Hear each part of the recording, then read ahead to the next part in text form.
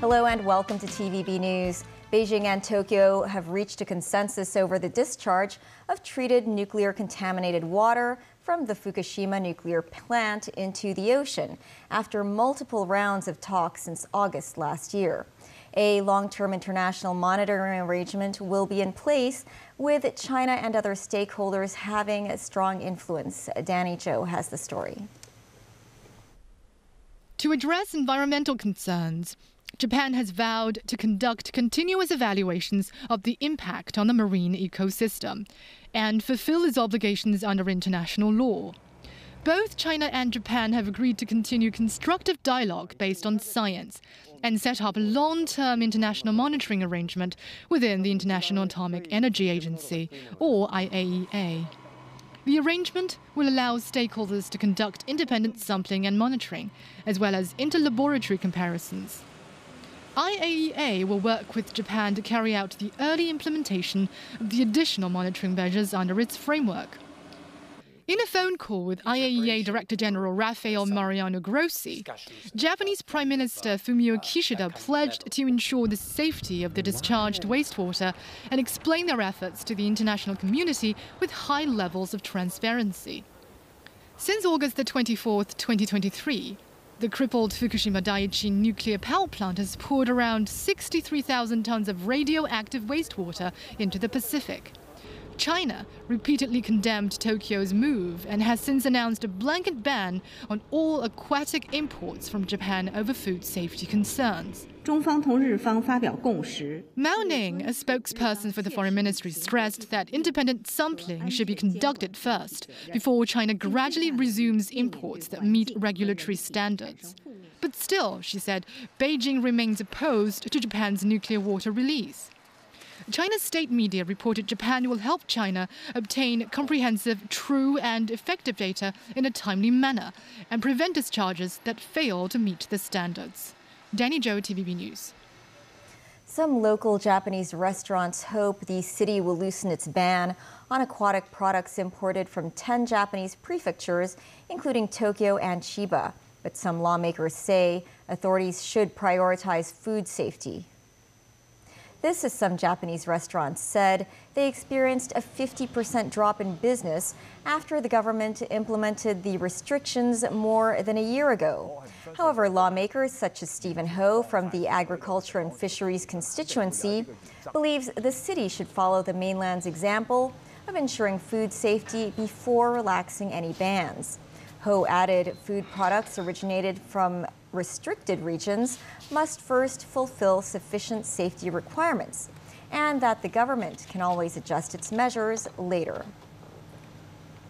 The 27th Beijing-Hong Kong Economic Cooperation Symposium and the Beijing-Hong Kong Cooperation Promotion Conference kicked off in the nation's capital today with a session featuring Invest Hong Kong for the first time. 40 collaboration projects will be signed with a combined investment of over 60 billion yuan. Sakura Ip has more. The 27th Beijing-Hong Kong Economic Cooperation Symposium and the Beijing-Hong Kong Cooperation Promotion Conference began today at Beijing's International Center for Science and Technology Innovation. Centered on the theme of complementing one another to achieve shared prosperity, this year's symposium featured an Invest Hong Kong themed promotion event for the first time. A total of 40 projects will be signed, spanning 12 sectors, including technology services, finance and biotechnology, with a combined investment of 60.98 billion yuan. At the opening ceremony, Zhou Ji, Deputy Director of the Hong Kong and Macau Affairs Office of the State Council, highlighted the central government's high expectations for Hong Kong's unique advantages in advancing reforms and modernization. Hong Kong Chief Executive John Lee noted the city has invested nearly 1.36 trillion in Beijing. accounting for over 65% of the capital's external investments. In a related development, the Hong Kong SAR government signed a cooperation agreement on new industrialization initiative with the Ministry of Industry and Information Technology. The Hong Kong Productivity Council will establish an accelerator center in collaboration with Zhongguan Tun Science Park.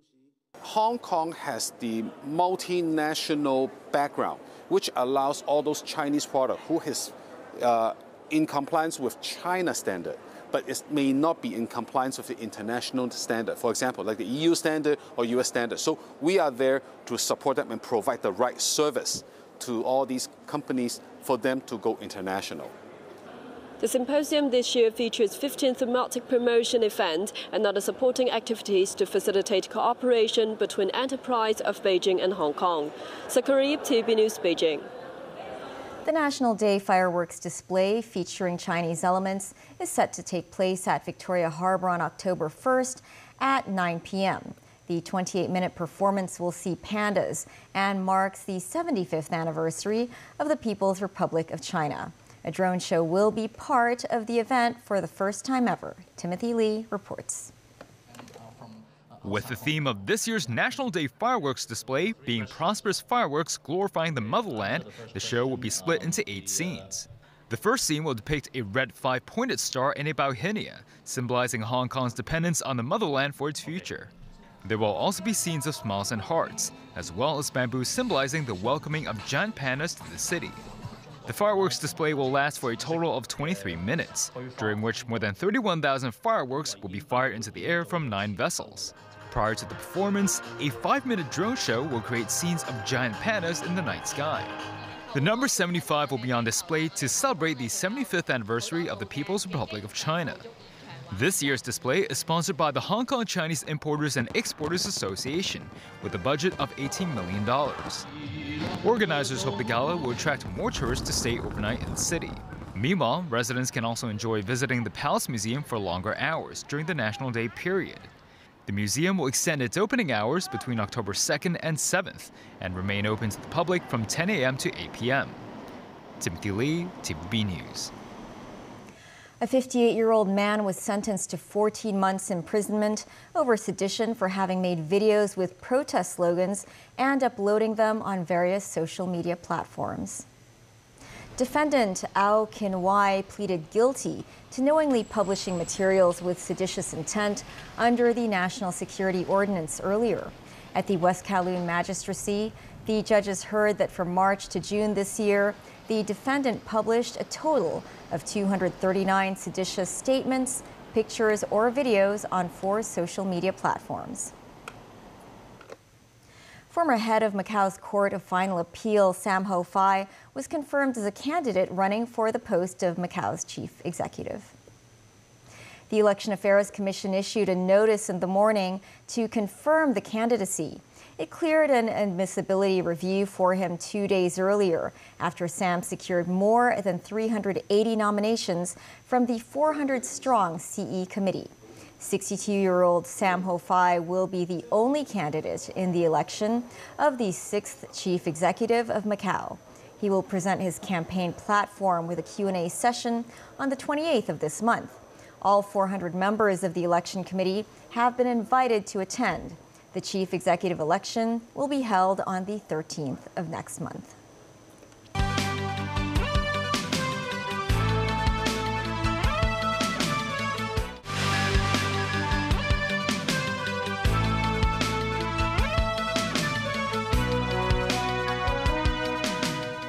Welcome back. The European Union pledged billions of euros for flood-hit countries. 24 people have died across Central and Eastern Europe, and several governments have called on the army to help them battle rising water levels. David Garrett reports. A man rowing along a river in Hungary, or so it seems, but this was a road for cars just a few days ago, now only traversable by boat, and the waters are still rising. The government have mobilised the army to assist those living around the Danube Bend in northern Hungary. The capital has not been spared, with parliament partially submerged. Heavy rain has lashed several countries in eastern and central Europe.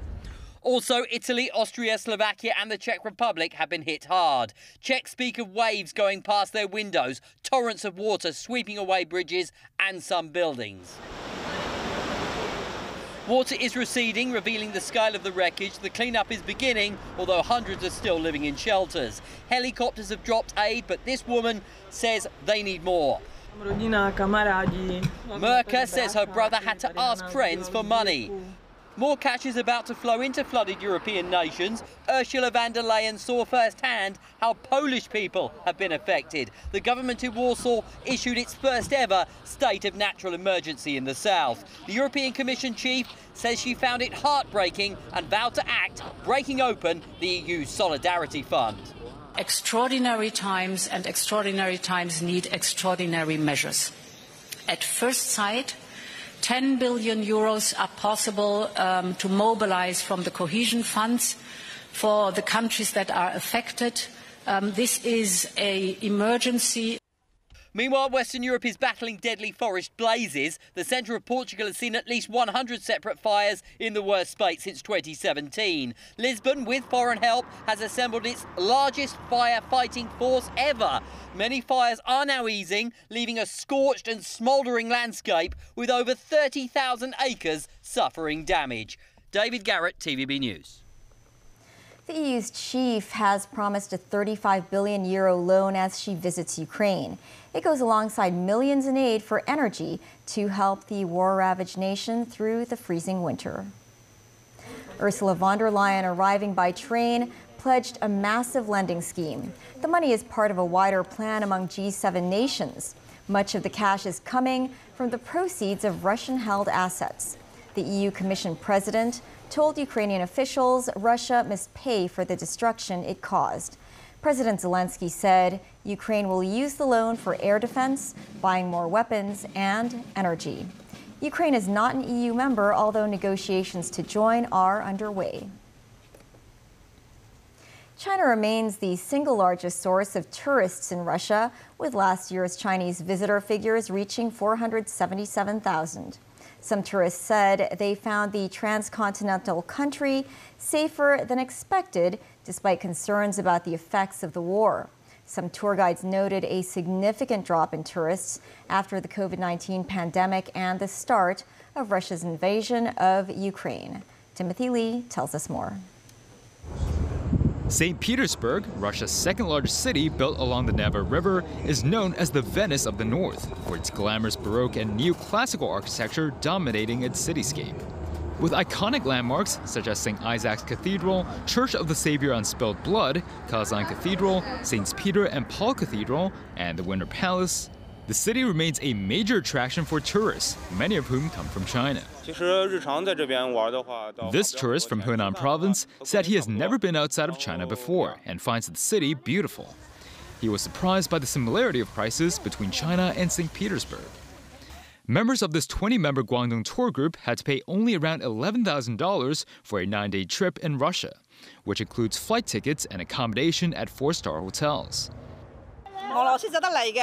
This Zhuhai tourist said the nation is worth a visit, just for its deep history and beauty, adding that she was surprised by how safe it is. Prior to the COVID-19 pandemic in 2019, Chinese visitors to Russia numbered some 2.2 million. But some tour guides said there has been a drastic decline in tourists since the pandemic and the start of Russia's invasion of Ukraine. This tour guide said before the two events he would organize 2 to 3 tours per month, but the figure has now dropped to just once or twice a month. Last year, some 477,000 Chinese tourists visited Russia. An association representing Russia's tourism services earlier announced in a report that the number of visitors that entered the country this summer tripled year on year, with those coming from China comprising 60 to 65%. Currently, mainland residents are still required to get a visa to enter Russia as individuals, but visas are not required if they travel via group tours. Timothy Lee, TVB News. Rotterdam in the Netherlands is reeling after a deadly knife attack killed one person and injured another. Dutch police have arrested a suspect who was also wounded.